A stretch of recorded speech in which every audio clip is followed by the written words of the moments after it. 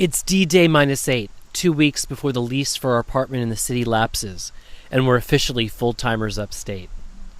I wonder, as we get more into our new routine of the train down and back, no more parking garage, no more cursing the West Side Highway traffic, no more doorman or concierge, or wondering which location we left that sweater, are we ready for this? Like, really ready? I mean, I still can't change the water filter myself. Fortunately, we had a clog the other day, so when we called the plumber to come over and snake it, I said, "Hey, Todd, would you help me change the filter?" Meaning, would you change the filter? I'm afraid of doing it alone. And he did. And despite his careful lesson and my running back down to label everything later with my label maker, I'm still afraid of doing it. It probably sounds like ineptitude for anywhere home ownership, but I'm probably not accurately describing the trauma of this decision that Brian and I made. There's the logistics for starters.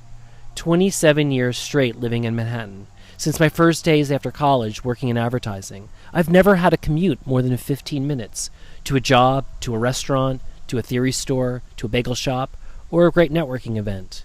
Will I miss being close to home, to my stuff? What happens in bad weather, if I don't feel well? I forgot my wallet just last week upstate and spent 4 days in the city only using Seamless and Apple Pay. It sort of worked. Brian is being extra cool about all of this. He grew up in Brooklyn, and aside from college and a stint in London, he's more New York than anyone I know. I wonder if I'll have to sedate him after Thursday. I think the biggest thing is the psychological impact, including the ego. I mean, when you travel, people always ask, "Where do you live? Where are you from?" So I've been able to proudly say, "New York." Then they say, "Where in New York?" Trying to trap you into naming a suburb. Well, for 27 years, I could look them straight in the eye and say, "Manhattan." Then it would get even better. "Where in Manhattan?" Well, for 7 years, it was the Village. East Village, which is kind of cool. Then West Village, which was kind of slicker. Then 14 years in Chelsea, and then Hudson Yards. But either way, it was always New York, New York, New York. Where are you from? The loaded question I have to be ready to answer going forward. The Hudson Valley, I will say. Embracing the pride. Skipping the history. Oh, where exactly? I'll name the town, but for most it won't matter. They won't have heard of it. So I'll use landmarks like, Woodstock or Rhinebeck or Bard College nearby. But the name dropping won't be impressive. The pride will just be for me. For making a choice that admittedly a few years is ahead of schedule. I guess we can always change our minds, but not this month. We're set. This is a done deal. And after all, we don't have to change the water filter till November. I'm Matt Zucker, and this is Cidiot, learning to live and love life in the Hudson Valley. Episode 26, Are We Ready to Be Full-Timers? Well, we better be. The moving truck is coming on Thursday morning. Friday is a cleaning service, and before the 8th, I gotta turn in the keys. We have a self-storage unit for the furniture and overflow dishes and our clothes. We did something smart, which I think will make this all an adventure. We have a hotel lined up to be regulars at. A place like a residence hotel that we can stay at 2 nights a week and leave a bag, which is a godsend. Remember after 9/11 we all prepared go bags in case of an emergency? I did. Well, this is my stay bag. I brought a bright orange one that the concierge will be able to find easily with a matching orange name tag.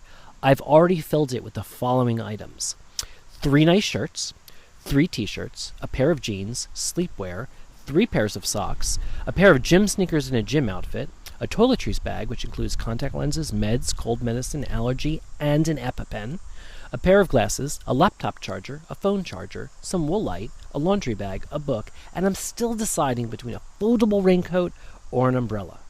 I know it's a lot. I'll actually have to leave it at the hotel because, well, it'll clearly be too heavy to schlep around.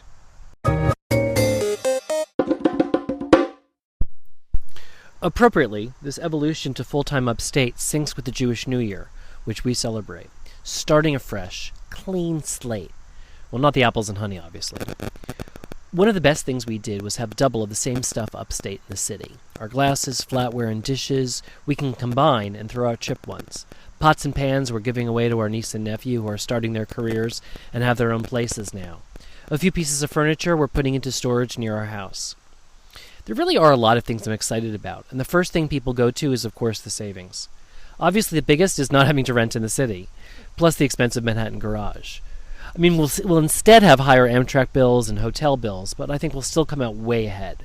We also cut double electric, double groceries, and double everything else.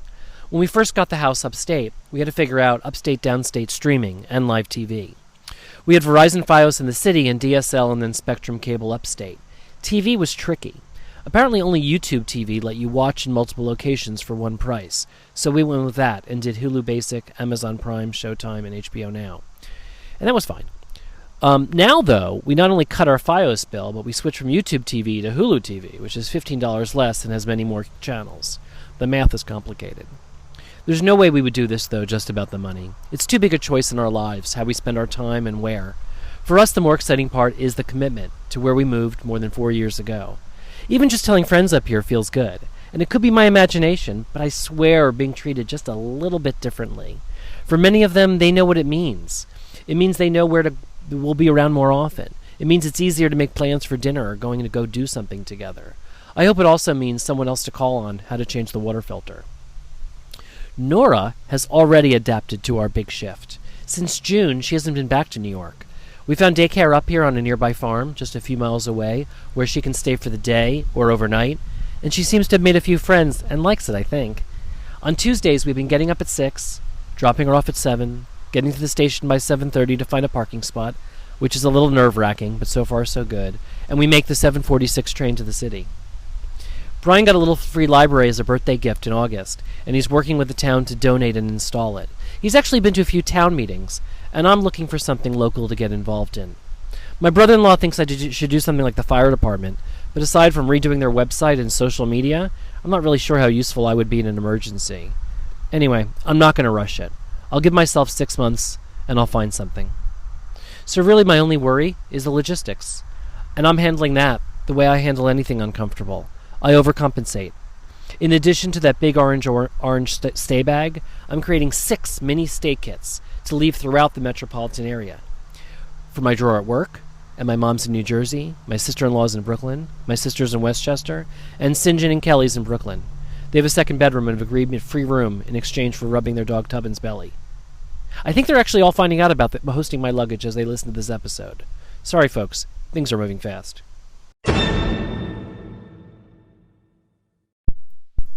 We're really excited about this and nervous.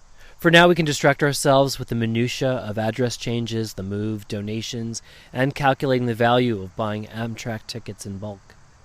If you're celebrating the New Year, Happy New Year, and may be a sweet one. If you're celebrating fall, remember it's apple season, and there's great pick your own all over the Hudson Valley, including at our favorite mead orchards. And if you're not sure what to celebrate, please open a bottle of something good and toast us good luck. You'll be surely hearing more as we surrender our keys, slam the door on the past, and start the next phase of our lives. I'm Matt Zucker, and this is Cidiot. Please rate us in the Apple Store. It's how people find us. Thanks for listening. Now you really got to come visit.